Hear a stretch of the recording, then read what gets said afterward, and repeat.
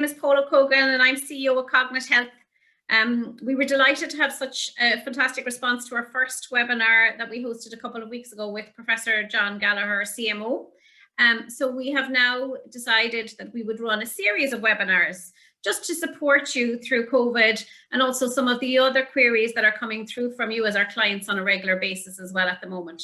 So I'm delighted today to be joined by Jennifer Cashman and Brian Crinion, and we're going to speak about working from home and the new office.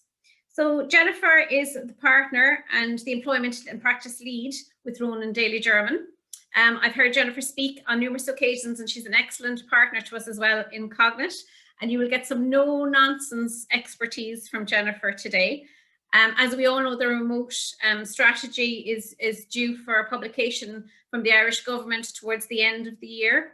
And I was actually on a call this morning with Leo Varadkar, who is leading out on this project and strategy, and he's wildly enthusiastic about it. So again, we will give some indication as to what the information that we have to date is, but of course, this will be something that will be changing on a regular basis.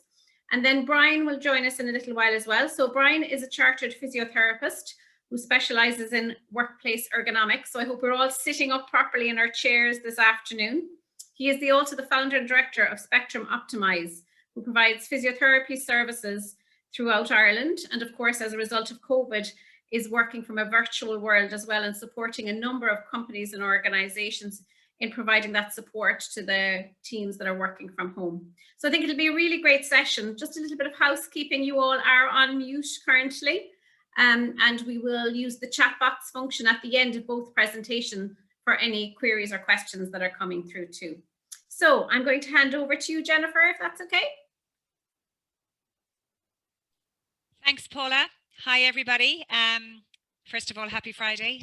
It's been a long week, so I think we're all very happy that it's Friday afternoon. Thanks to Paula for that lovely introduction, and I hope I live up to her expectations in terms of the no nonsense practical advice, and that's certainly the intention this afternoon. I suppose we have huge concerns and queries from employers around working from home. Looks like it's going to be with us for possibly the future in terms of how employees want to work going forward, even when we have emerged out of the COVID-19 pandemic and the crisis that has arisen and is still ongoing as we speak. So this afternoon, that's my aim, to give you some practical advice around what are your legal obligations as an employer when you have employees working from home, and what are the things that you need to take into account.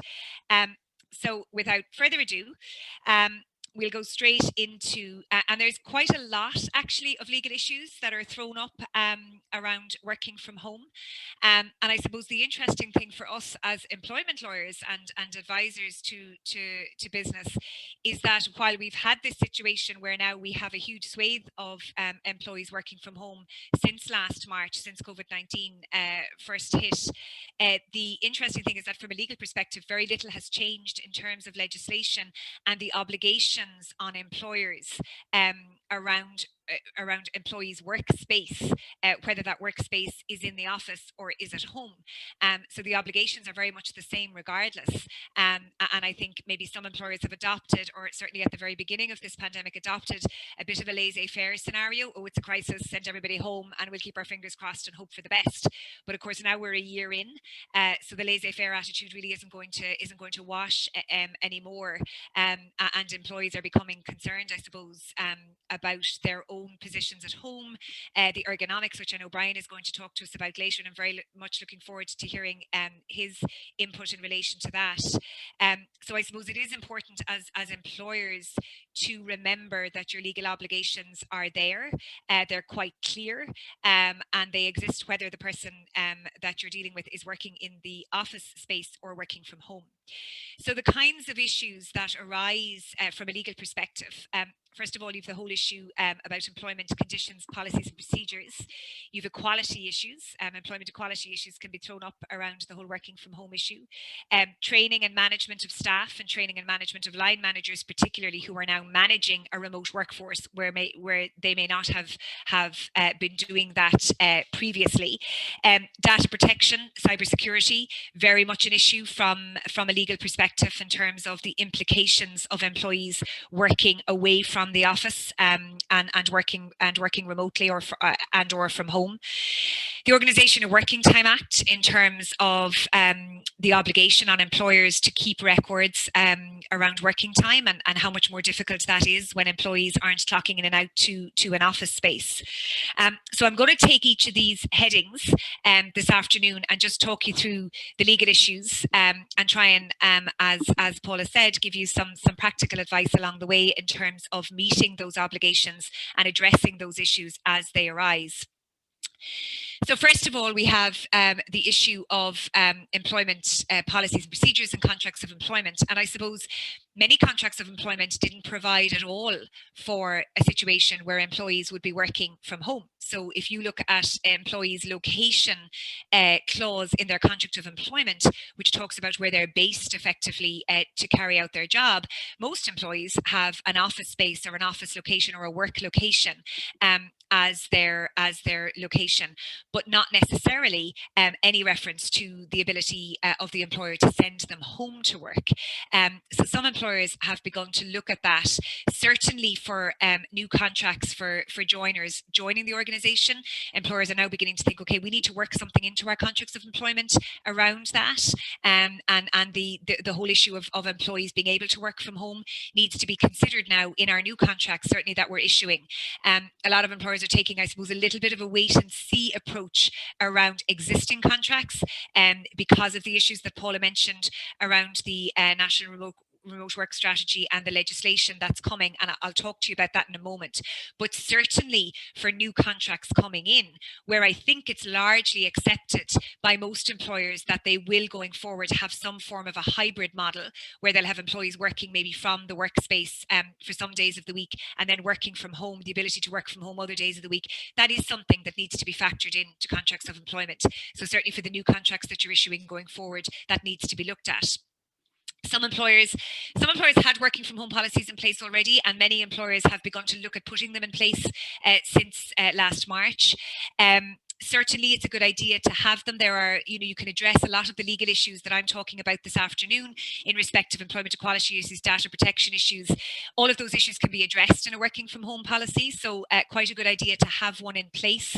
A policy is probably a better place to have specific clauses and specific issues like that, rather than putting a lot of information in the contract of employment, because if you have all of the information in a contract of employment and you need to change it because legislation comes out or there are changes needed, then you're going to need the individual consent of each employee to change the terms and conditions.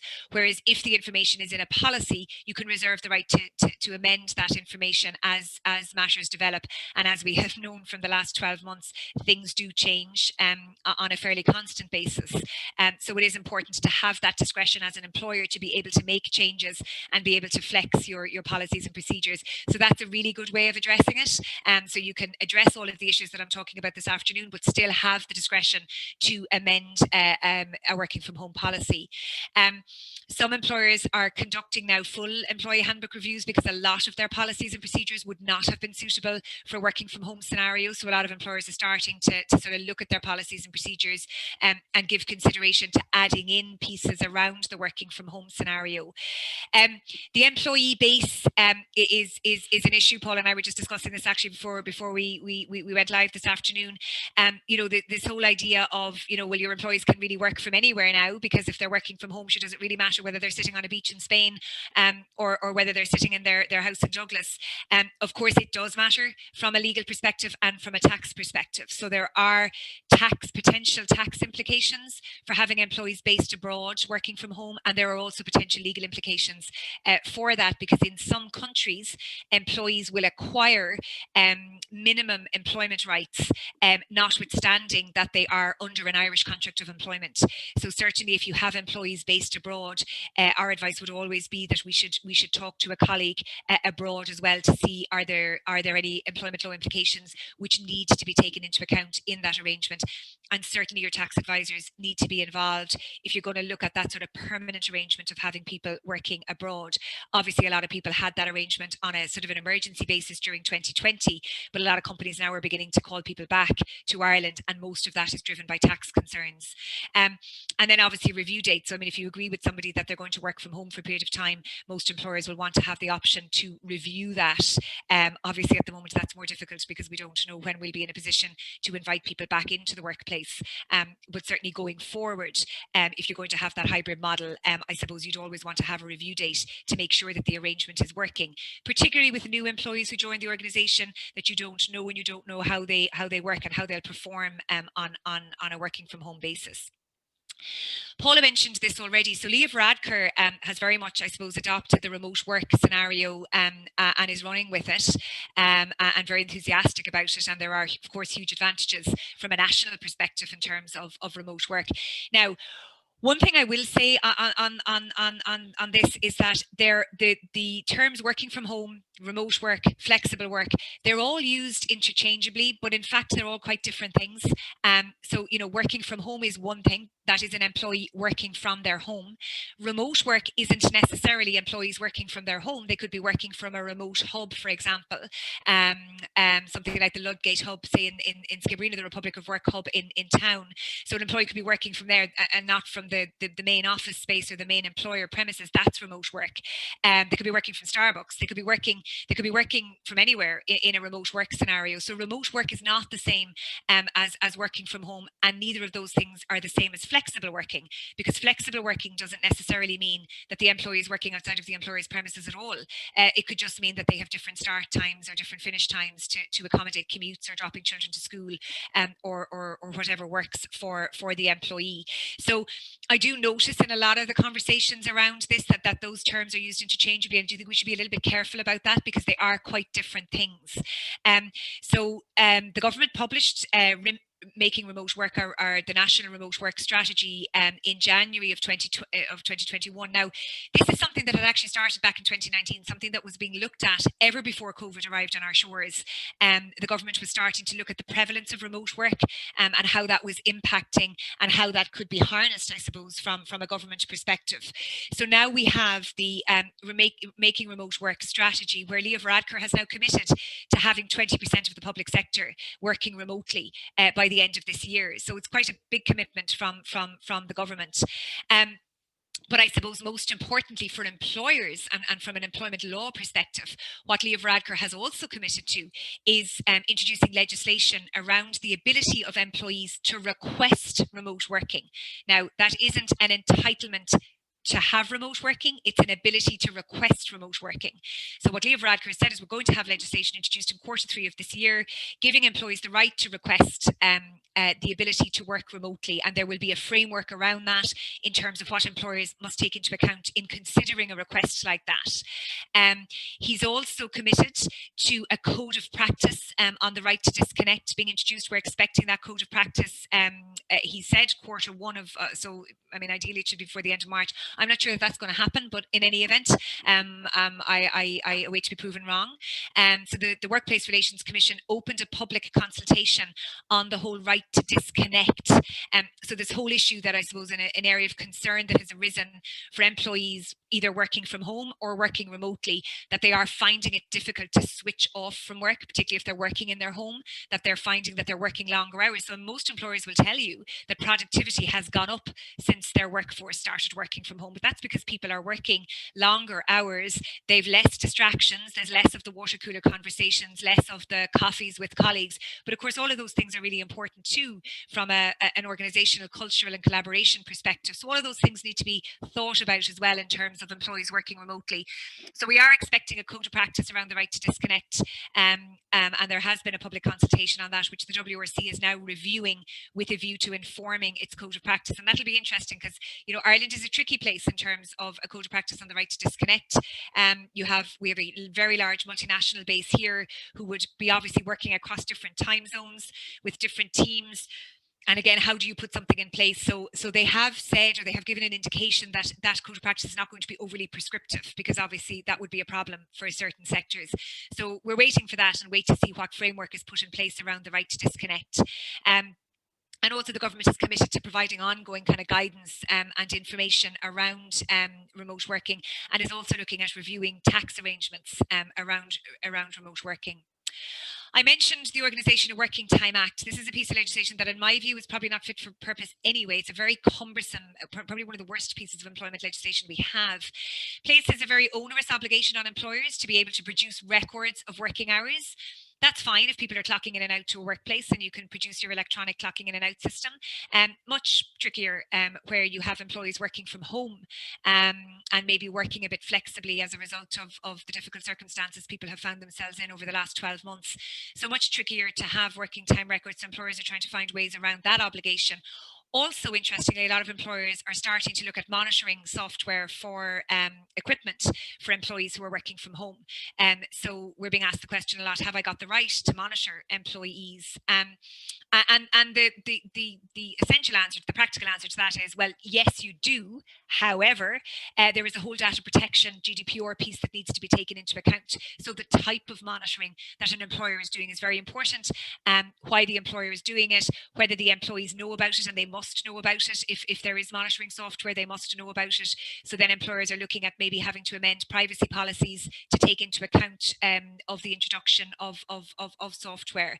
The whole issue about taking breaks, employees being able to take breaks. Are you satisfied that you've got some system in place that, you know, where employees are clear about the obligation on you as the employer to ensure that they're taking their breaks, or some reporting system, for example, where employees can come back and tell you if they're not being able to take their breaks, and then you as the employer can react to that.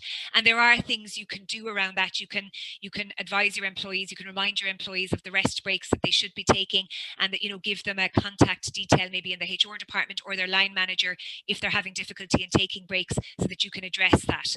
Pointless not being proactive about that, because it will come up as an issue where somebody raises an issue and says, I haven't been able to take a rest break for the last 9 months, and that's going to be a problem from a liability perspective for an employer. So you really need to be proactive about these things and think about other ways of addressing your obligations under legislation when people are working from home. As I said, we're expecting our code of practice on the right to disconnect. We're glad the government decided not to legislate on that aspect. There has been legislation in other countries, and it hasn't proven to be very successful. So hopefully our code of practice will effectively give us a little bit more flexibility around how employers deal with the right to disconnect, because it will have to be organisation specific.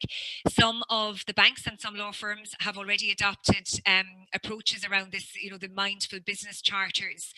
So if you Google those, you'll see that some organizations already have those in place, where they're encouraging people, you know, to respect other people's rest periods and to respect their own rest periods, and talking about, you know, times at which meetings are held and times at which emails can and can't be sent.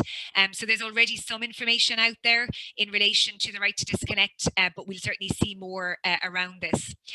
Now, one of the things that's interesting is that we have an EU directive on work-life balance, which obliges Ireland to put in place legislation around the right to request flexible working, which, as I say, is again different to the right to request remote working. And that must be put in place by August 2022.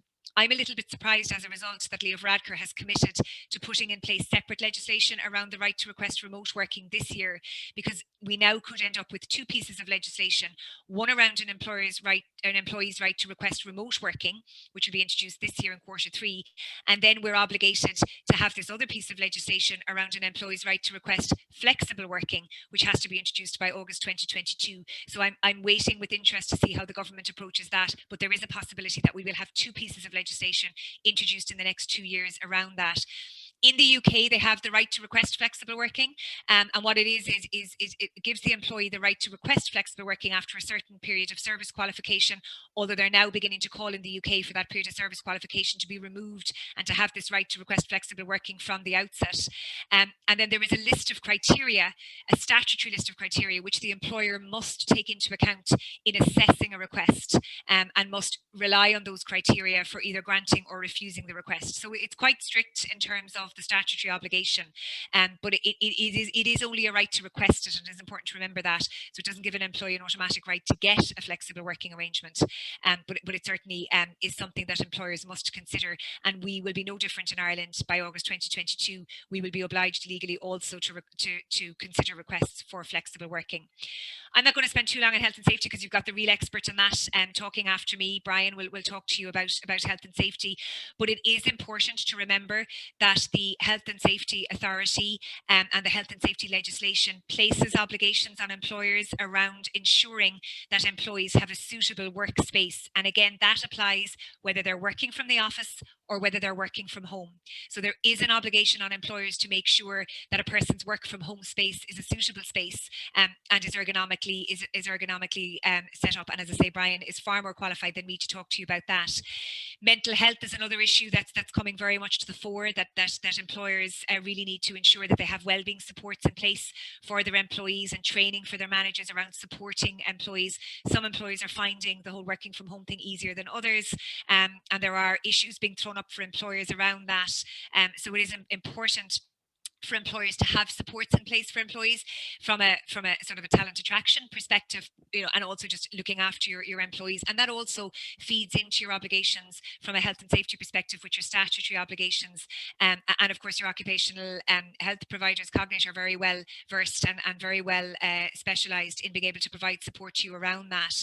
And I've said from the beginning that the COVID-19 issue is primarily a health and safety and an occupational medical issue.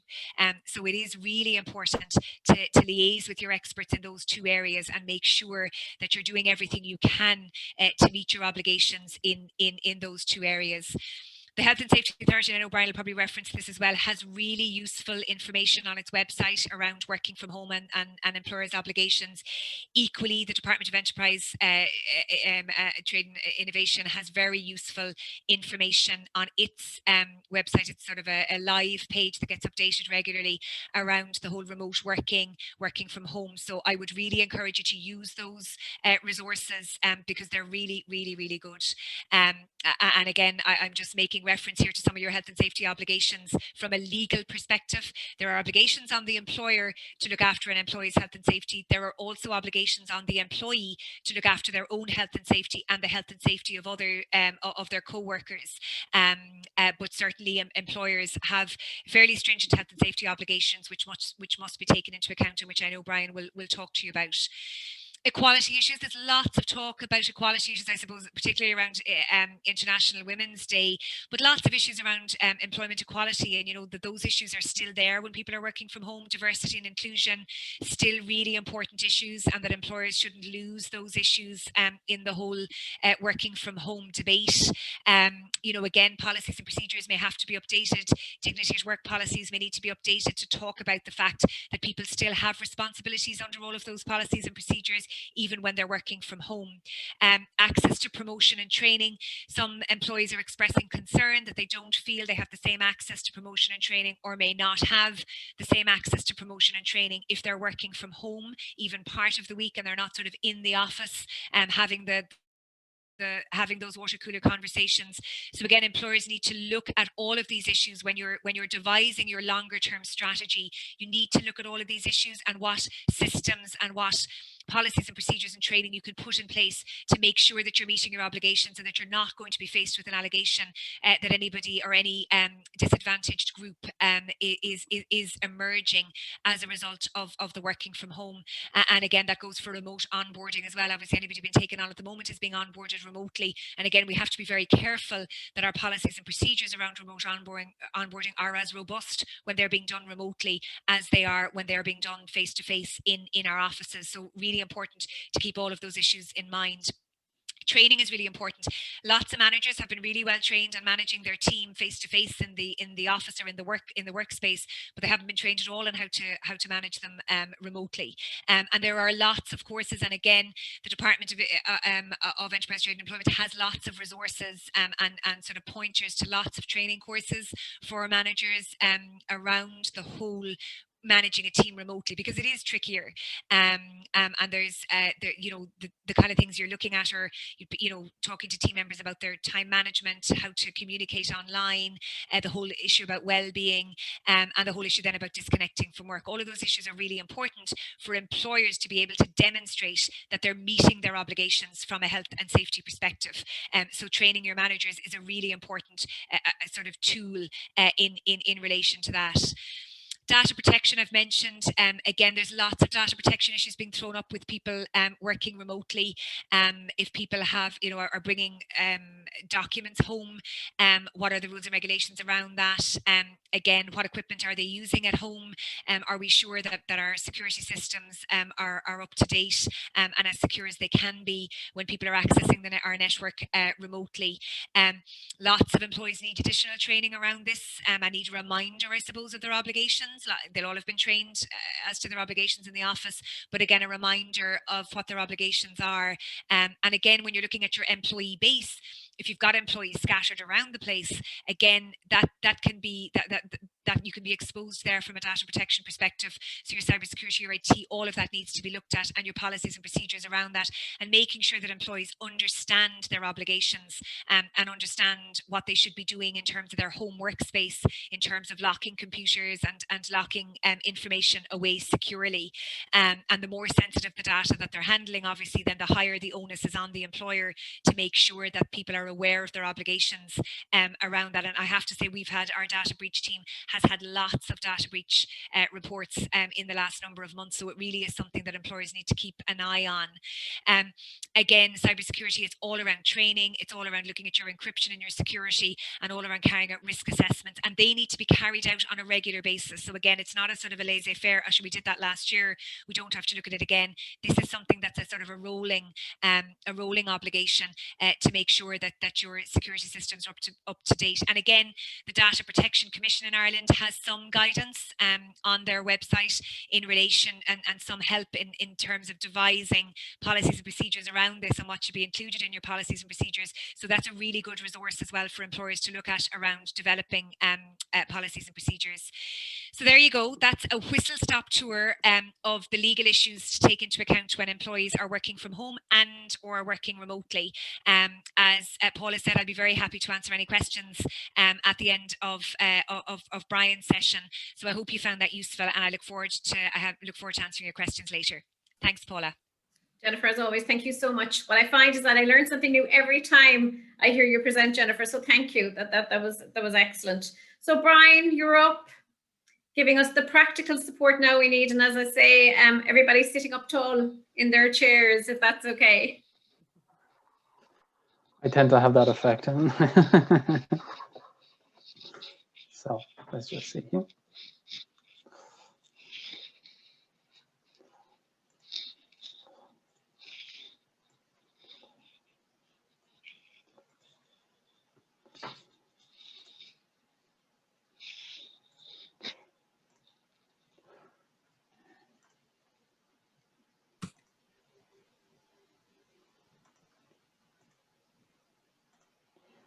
There we go. Is that coming through okay?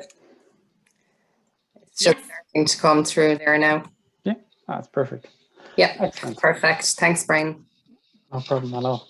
So basically, yeah, that was excellent, by the way, Jennifer. Really love. I love that side of everything, and it really does tie in very well with what we see here, because the thing is that there's just so many different types of challenges for home working. But I see that as a good thing and a bad thing, because I think if we can address them and we can change them from a company point of view and a policy point of view, as well as from an individual point of view, then, well, that's really the goal here. So I come very much at this from an overall point of view in terms of an individual, but as well as kind of taking care of them as in terms of putting in good policies and procedures and understanding, because training is key for this. And the thing about homeworking is that homeworking amazingly is it's not a new phenomenon. So I know everyone kind of thinks about it in that regard, but homeworking has been around for a very long time. But last March, in reality, we all kind of got it thrust upon us. And next thing, all of a sudden, people found themselves working from home 5 days a week, and 5 days a week in a row, and without kind of any kind of interruption. So next thing, all of a sudden, then those challenges that you had, kind of maybe once a month or once a week, whatever it was, became much more, what I would say, magnified and much more in focus.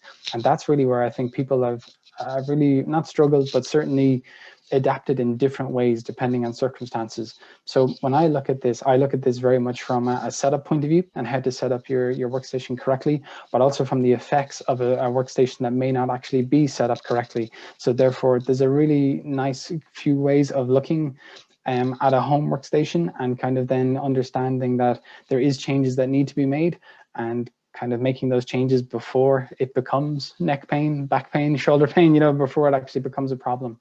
So I know everyone working from home has felt the effects, and people just certainly did notice, a change in how their neck feels and their shoulder feels and their back feels just working in a different environment. But the only thing about that is that it's important to note that, low back pain and neck pain and shoulder pain, it wasn't what I would say uncommon in the regular office as well. And that's with us, with all of our supports and all of our understanding, because the one key factor here is actually got to do with us. So there is a huge onus on ourselves and understanding what we need to do in terms of best practice, and best practice in terms of posture, and best practice in terms of education, and best practice in terms of putting it all together, which is essentially what I do. So research in the past has really shown that the lower back is the main area that usually spikes, but also then the neck is pretty close behind, as well as shoulders and wrists.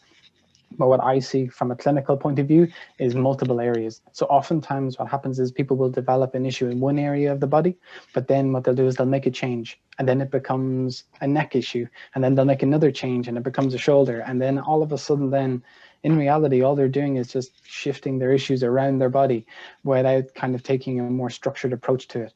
And that's really what I'm talking about, because if you can actually be a little bit more structural about it, or structured about it, then it makes a lot more sense. And that's really what I'm going to show you now, because ergonomics in the environment in an office is just so much more controllable, while when you work from home, there's just so many more metrics and variables that just come into play. So we kind of need a more comprehensive way of understanding it and making the right changes. So we've actually worked with companies who have home workers for many years, and sometimes exclusively home workers.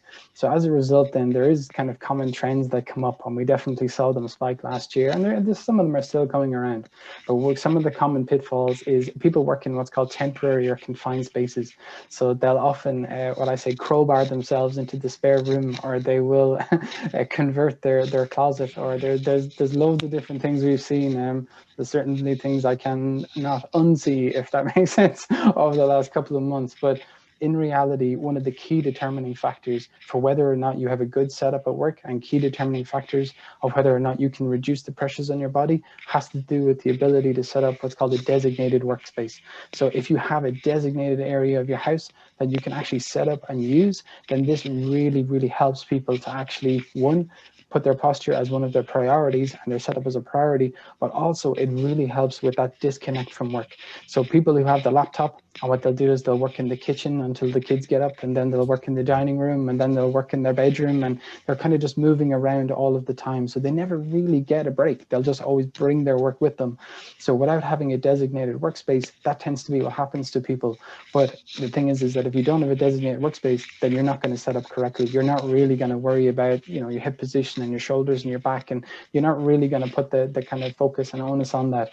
So our very first thing that we see is that whatever it is, whatever you have to clear, whatever you have to move, if you can get a designated workspace, your chances of setting up correctly are exponentially increased, and also exponentially increased in terms of being able then to put a workflow together and a work rhythm, which I'll talk about next. So from this point of view then is that people often go for the convenient option first, and I understand, okay, I really do. Laptops and couches, it seems like a great idea. All right, there in case you were looking for a place to go. Yeah, so laptops and couches, they just seem like a great idea. You sit on the couch, you put your laptop on your lap, and you go, this is brilliant. I could never do this in the office. So just so you know, there's a very good reason why you don't sit like that in the office, okay? So if it was a good idea, that would be normal practice. because realistically what it does is it puts the neck into what's called a downward position or flex position, and then it just increases that pressure. So most people would be used to this, perhaps, you know, logging on for 20 minutes in the evening, checking their emails or something along those lines. That's the kind of practices that people got used to in the past. But again, now we're not working in that realm anymore. Now we're working in these kind of 8, 9, 10-hour days, which are constant. And all of a sudden then an issue that may have been developing kind of under the surface becomes exacerbated. So all of a sudden then this practice has to stop, because honestly, the equipment you have in your office, your desk, your chair, your monitor, your keyboard, your mouse, it's all actually very specially designed, and it's very specially designed with all of this best practice in mind. So we took it all for granted and we all kind of had a certain view of it. But then when we started to work from home, everything changed. And then when we didn't have it, all of a sudden people's awareness and understanding became much, much more heightened. But then we struggle a little bit to know what to do about it. And that's really what I will kind of go through with you, because with this is that the one thing that we have to kind of take into account is exactly what Jennifer said. Home working's here to stay now, all right? And I really do feel it's going to be a 3-2. So it's going to be 3 days in the office and 2 days at home. So I always kind of think that you'll never see people in an office again on a Monday or a Friday. So people will basically take Fridays at home, have Saturday, Sunday, and then they'll take Monday as well. So people will only really be in the office now Tuesday, Wednesday, Thursdays. So, and you know, that wouldn't be a bad way of actually doing it. I don't know if companies will agree, but we'll think about that later. But in the overall workspace, when you think about it, this is probably the biggest shift in people's working habits since the 1970s, since the 1980s. This is the biggest change that we've seen. But the only thing is that it comes with its own issues. So working longer hours is definitely an issue that's come to light. And the thing is that from my perspective, what I see that is that it becomes an issue. It becomes neck pain, back pain, shoulder. That's what it becomes. So next thing, all of a sudden, then longer hours means a break in your work rhythm. And the work rhythm is something that people certainly have struggled with, because, well, it's two main reasons. One, you don't have the natural breaks. So you don't have to get up and to go to a meeting, to get up and go to the printer, to get up and go to people's desks. You just don't have that in your day. But then the other thing is that people definitely report back-to-back meetings. So people sit on meeting calls and video calls all day. So you could be sitting there and doing 4 meetings in a row. That's 4 hours in a row that you spent in one position. And now the really thing about that is that the body's not designed like that. So everyone thinks that they can outrun their body's fatigue, but you can't. Eventually it will get us. So as a result then, okay, when we think about this, people instantly will skip breaks, and they instantly think, to boost my productivity, I'm going to decrease the amount of time or increase the time I spend at the desk. The only thing about that is that time at the desk does not equal productivity. And I know how strange that sounds, and an awful lot of people don't really think of their workspace in that regard, but productivity is equal to work done, not time spent. And the thing about us is that when I come at this is that your body has a time limit. It can't spend all day, every day in one position. It just can't. The body will just start to naturally fatigue and naturally break down. So that's why taking breaks is so important. And then if any of you have ever been to the gym or anything like this, the same kind of theory applies, where if you ask someone to do 30 repetitions of an exercise in the gym, so we'd be familiar, you know, you do 30 repetitions. Most people would tell me you do 10, take a break, 10, take a break, and 10. All right, so most people would be fairly okay with that. But you never really hear anybody in a gym say, I'm in a rush today, so I'm just going to do 30 in a row. And the reason why you don't do 30 in a row is simply because the body will break down before you get to the end of your workout, all right? And then the thing is that the body actually works the same way in a workspace, because the only difference is that in a gym, it's what's called very high pressure on the body in a very short space of time. But what a workspace does is it puts low pressure on the body, but over a very long period of time. But the ultimate end result is the same. So by actually skipping breaks, what it just does is it just drains the body, and it just decreases our ability then to absorb the pressures of a workstation. So all of a sudden then we're no longer able to adapt the way we should. So from my point of view, if you do work from home, it's so important then that you have to make sure that you instigate a good work rhythm, and that you actually have the ability then to build this into your day. And this is really good. So one thing I always encourage people to do is 25-minute meetings and 55-minute meetings. I think they work brilliantly, because that means that you're not back to back. So even if you have 4 in a row, 55-minute meetings means you have a little bit of a break in the other one. And I always smile, because in many cases, if you can't do something in 55 minutes, it's highly unlikely that you can do it in 60 minutes, okay? So again, it varies, but nevertheless, It's just something to think about and think, can my body last 4 hours in one position? The short answer is no, okay? And especially if you have to do that every single day. So just understanding that and putting that work rhythm together, especially if this is going to become normal practice for you, cannot be understated and cannot be underestimated as well, okay? Now, one thing from my point of view is, and everyone jokes to me about this, when I give my presentations, when I talk to people, everyone sits up when they talk to me, okay? It's the life I live and it's fine. But the thing is that our bodies are actually trained for this. We're trained for posture. We're trained to understand, and we're trained to actually see it in other people, which I always think is quite fascinating. But the thing is that we often ignore it in ourselves. So we have no problem putting ourselves into a terrible posture and maintaining that posture. But if you see it in someone else, you'd be like, oh my God, I can't believe they're sitting like that. So it's just an interesting way of doing it. So for example, I'm going to just show you this picture, and I'm going to point out basically the areas that are most affected, and I'm going to point out basically what's wrong with their setup, and then also how to fix it, all right? Because sometimes when you see it in action, it's a little bit more of an understanding. So this is I always like this picture because I'm fully aware that it's 2:45 on a Friday, all right? So this person might be a Friday posture. They may not have started this way on Monday morning, but they it's now Friday, okay? So all of a sudden you look at this and you go, okay, he has a chair. It's not a perfect chair, but he has a chair. He has a monitor, he has a keyboard, he has a desk. But in reality, does he have to sit like that? Like, is this the only way that he can sit? Again, no, it's a simple way of looking at this. But when you look at this, you think, right, why is he actually sitting like this? So most people would tell me it's his chair. Most people would also say that, you know, he's tired, he's sitting too long. So all the kind of usuals, but I would actually challenge that a little bit more, okay? So he is sitting like this for kind of an unusual reason. And the main reason here is that he actually lacks a lot of support for his legs. So when you see someone extend their legs like this is often what's called a pressure relieving position. But what it does is it actually increases pressure on other parts of the body. So if a person sits like this, okay, you can see that this person's neck is really not going to last very long in this position. Their wrists are also in a pretty poor position. You can see that the shoulders are all hunched up. You can see that the lower back is very much in a curved position, and there's also going to get a lot of stiffness in their hips.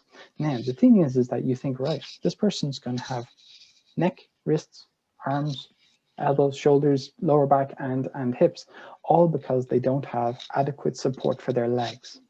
So you look at this and you go, okay, what has that got to do with it? So many times, many of us have footrests at home or in the office, but then we don't have one at home. And the thing is that your legs are actually, roughly speaking, about 40% of your body weight. 40% is a really, really big chunk of us, okay? And what they do is they create what's called a downward gravitational pressure, and they actually pull us into this position. So this person actually isn't sitting like this because they want to. They're actually sitting like this because it's the easiest position for them based on their current circumstances. So as a result, the problems will still happen. So to fix this, you actually would very much like to put something in underneath their feet, which would actually then bring their legs back up into a more natural angle. So therefore stop that downward gravitational pressure, which can then be translated then into improved position of the lower back, improved position of the hips, neck, shoulder, everything like this. So again, not a perfect setup, but very common in the home environment. This is what we see on a day-to-day basis. So all of a sudden, you might just need a little bit of a change and a little bit of an adaptation or something for the feet to actually create a better scenario. So if this looks familiar to you, what I would say is try it, okay? Try and see by putting a little bit extra support into your legs and see how it actually feels. But overall, do you think this person should sit like this? We all look at this and we say no. But we also look at this and we think, okay, from a long-term point of view, if this person was to sit like this for an entire day, that's pretty bad. But what if they sat like that for 5 days a week, for 48 weeks a year, for the long term? Then all of a sudden it becomes a bigger issue. So educating them on what they need, allowing them to understand, and then setting it up correctly is just key. But this is quite common in what we see in the home worker office. So if any of you are sitting like this right now, you don't have to tell me. But basically, this is fixable. Is my point. So then, next thing I just want to show you is that because there's just so many more intangibles and unexpected metrics when it comes to a home workstation, the one thing that we can do is we can actually test to see if your posture is good or bad. Or more importantly, you can test to see if your posture is actually going to have an effect on you in the future, even if it's not going to have an effect on you now, okay? So what we see is very much is an early warning signs in the body. And these are really important to kind of look out for. People think of pain as an early warning sign, but people, when they consider pain, they think of it in terms of, you know, terrible pain, 8, 9, 10 out of 10. That's how people consider it. But people wouldn't often kind of, what I would say, react if they're sitting down all day and they have a 0.5 out of 10 pain or a 1 out of 10 pain. Everyone kind of just does exactly what we're trained to do, which is, you know, push through, keep going, you know, get the job done and all that type of stuff. And that's all great. But the only problem is that we can't outrun it. It is something that needs to be addressed. So if you do feel any kind of pain or twinges in the body for any particular reason, then what we have to do is we have to understand why and make the right changes, okay?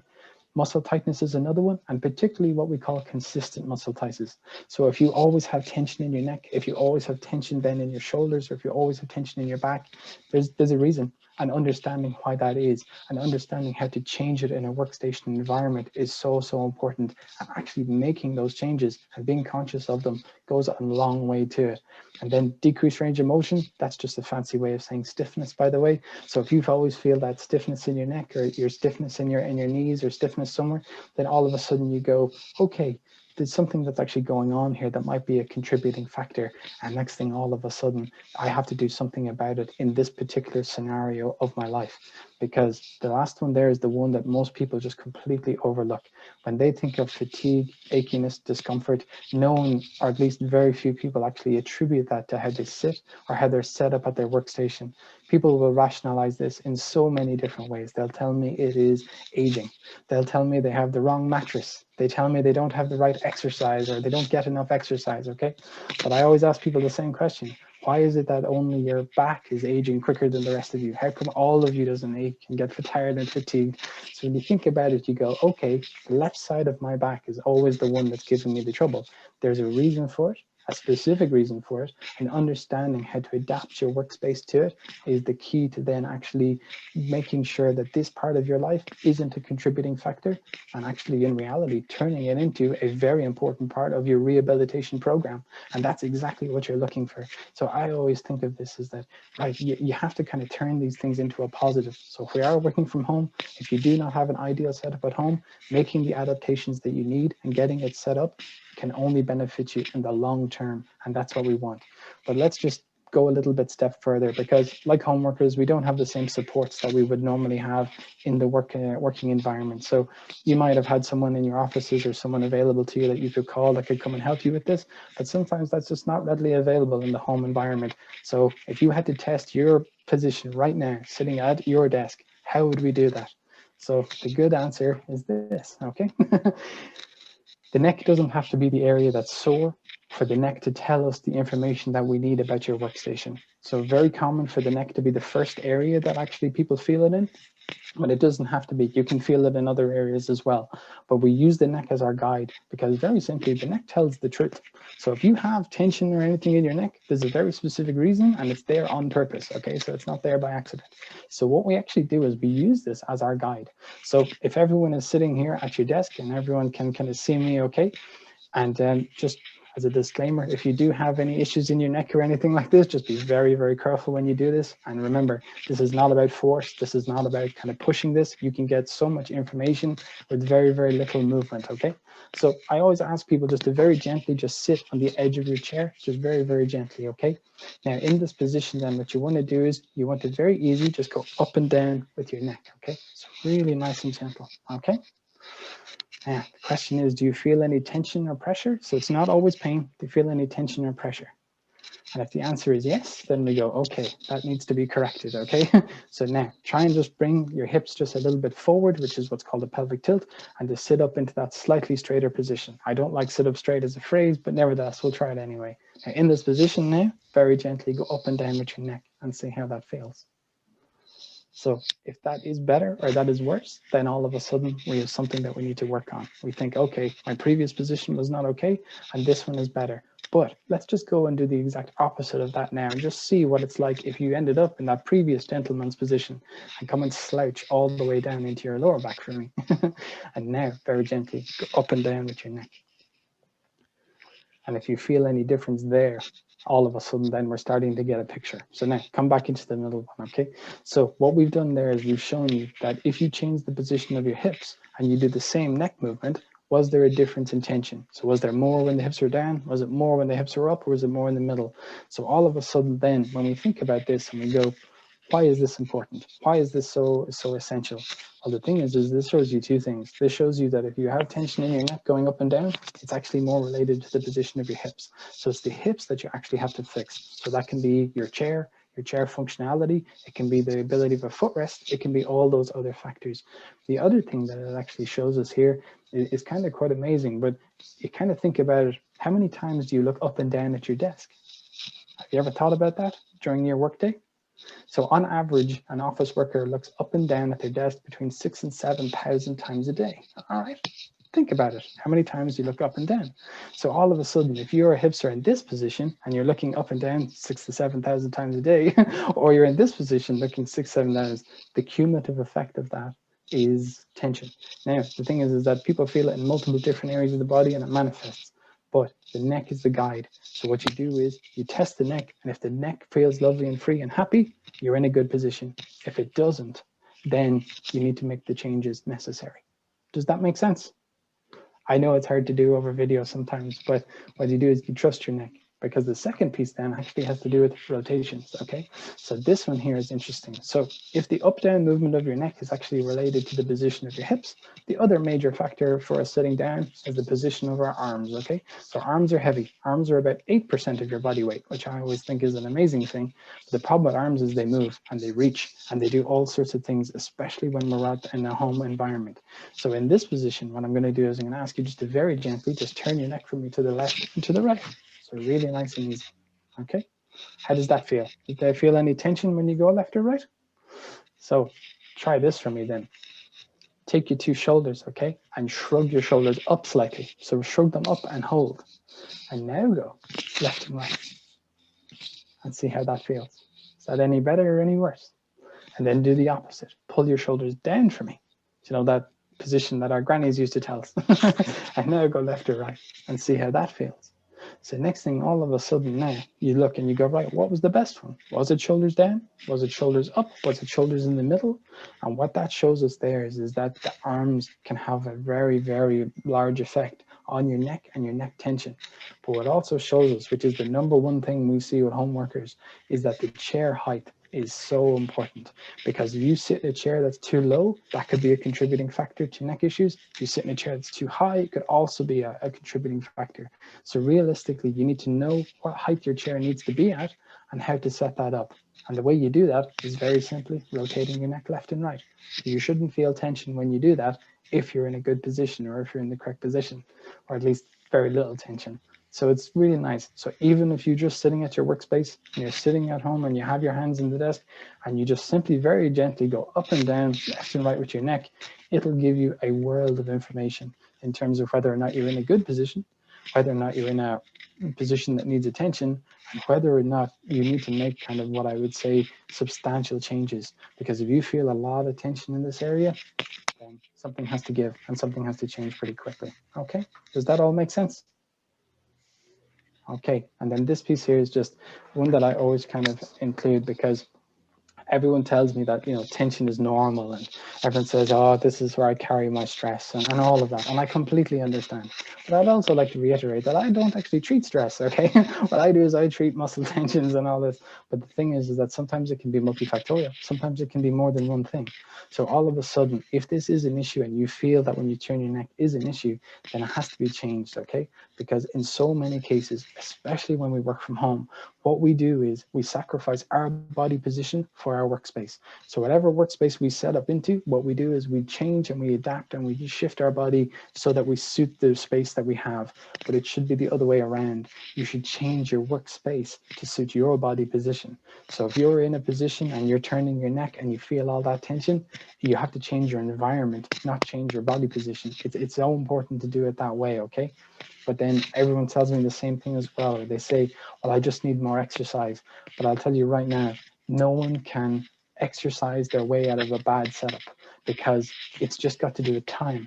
You spend 6, 7, 8, 9, 10 hours a day at your workspace, and then you exercise for maybe 20 minutes, half an hour, 2 hours if you're really good, but still the ratio between those two things is just unsustainable. And every time it happens the same way. When life gets busy, when all that changes and people's exercise goes out the window, and next thing all of a sudden their work hours continue, that's when people's issues then really kick off. And it's not a coincidence. So as a coping mechanism in the long term, exercise is brilliant, but it's not a solution. It has to be both. You have to fix your workspace and do all the other good stuff as well. So it's the two together. So always remember, you can't exercise your way out of it. So then the last piece is just your common solutions. And in reality, the breaks is the big one. It just means people just spend too long on one thing. If you do struggle with this, okay, it's all about habit creation. So you very much need to take your breaks, your break ideas, you need to put it into your work calendar, and you need to do it for 3 days, okay? So you need to actually go and put in those breaks for 3 days in a row, and you need to stick to them. And then to create that habit and make it more, what we say, automatic, you have to maintain that habit for 20 days, okay? So this is a kind of amazing thing when it comes to habit creation, where usually when people are trying to get over that first initial stage, people fail on day 2, okay? So day 1, you're motivated, day 2, out the window, too busy, okay? But if you can get past day 2 to day 3, you're absolutely flying. And then if you can get past day 3 all the way to day 20, then all of a sudden the habit is automatic. So use your work calendar for that. And that's what really helps. Exercise, cardiovascular fitness, strengthening, all brilliant, okay? And we need them because sitting in a workspace, it does have an effect on us in general, even if we're doing everything correct. There is I would say, a pressure on the body, so very important. But the last thing is this, and it just has to do with work-life balance. And I don't mean that the phrase people think. How you set up your workspace, how you sit, the tensions that develop in your body, it matters. Because so many times people come to me and they'll say, you know, Brian, I can't sleep on this side anymore. So every time I roll over, I'm waking. So that means you have disturbed sleep. You're not sitting, you're not getting the full rest. The body's not recovering, all because their mouse was too far away from them, or their desk wasn't set up correctly, or their workspace was incorrect. So next thing, all of a sudden, what we do in life affects the rest of our lives. And it's so important. And it's so important to actually understand the connection between them, because I know we've all talking about the disconnect between work and life, but unfortunately, they're the same. It's the same shoulder, it's the same body, it's the same neck. So therefore, we have to make sure that we mind them in all aspects. So that's how it works, and that's how you kind of think about it. You set up your workspace, create your habits, and then move forward. That's the idea behind it. And okay. Excellent, so I think Brian. that's there. Yeah, thank you. Sorry. Thank you so much. Not at all. It's all so practical, and you can see everybody is sitting that little bit taller as a result. So thank you so much for that. We have I'm conscious of everybody's time, and we promised we'd have everybody gone by 3, but there is a couple of questions if that's okay. So one for you, Brian. What about the height of the desk, particularly for tall people? It's relatively easy to sit up on the chair, but then you might be too high relative to the desk. And how important are armrests on chairs? Yes, so that's a great question, because armrests are absolutely way down in terms of priorities, okay? In terms of the overall setup of your workspace, what you have to prioritize is actually the position of your elbows. So when you're setting up your height of your chair and height of your desk and the ratio of those two things, what means is that you have to have your elbows in line, okay? So your elbows shouldn't be below the level of the desk, and they shouldn't be above the level of the desk. They should be in line. And then once you use that as a very, very good starting point. Really get you set up ergonomically. Sorry, guys, somebody's just come off mute. It's okay. There you go, Brian. Somebody is already promoting you. There you go. It's a fantastic thing. But what it does means is that you actually prioritize your elbow position, and then you reference that and you create everything around that, okay? So don't worry about the feet on the ground. You can fix that later. So in terms of height, in terms of chair, that's the ratio we want. But the elbows have to be at a 90-degree angle. So whatever dimensions you need to achieve that, that's how it works. And usually desks are, roughly speaking, about 70 to 75 centimeters in height. That's what they are. And then it's the chair height that you actually adjust then to achieve it. That's the idea.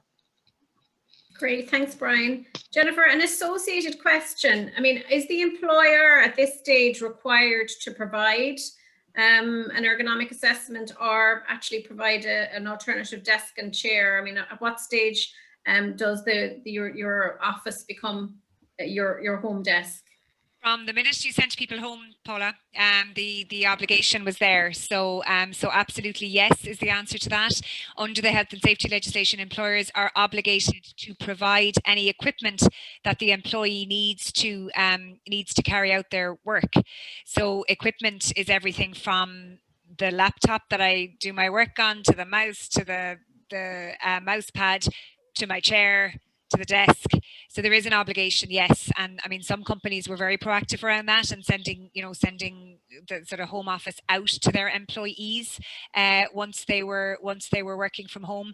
Other employers, as I say, took a more, I suppose, emergency laissez-faire approach to the whole thing. But the problem is, from a legal perspective, the obligations are there. And if you have all of the problems that Brian is talking about in terms of employees developing issues around their physical health, that can actually come back to bite the employer from a liability perspective.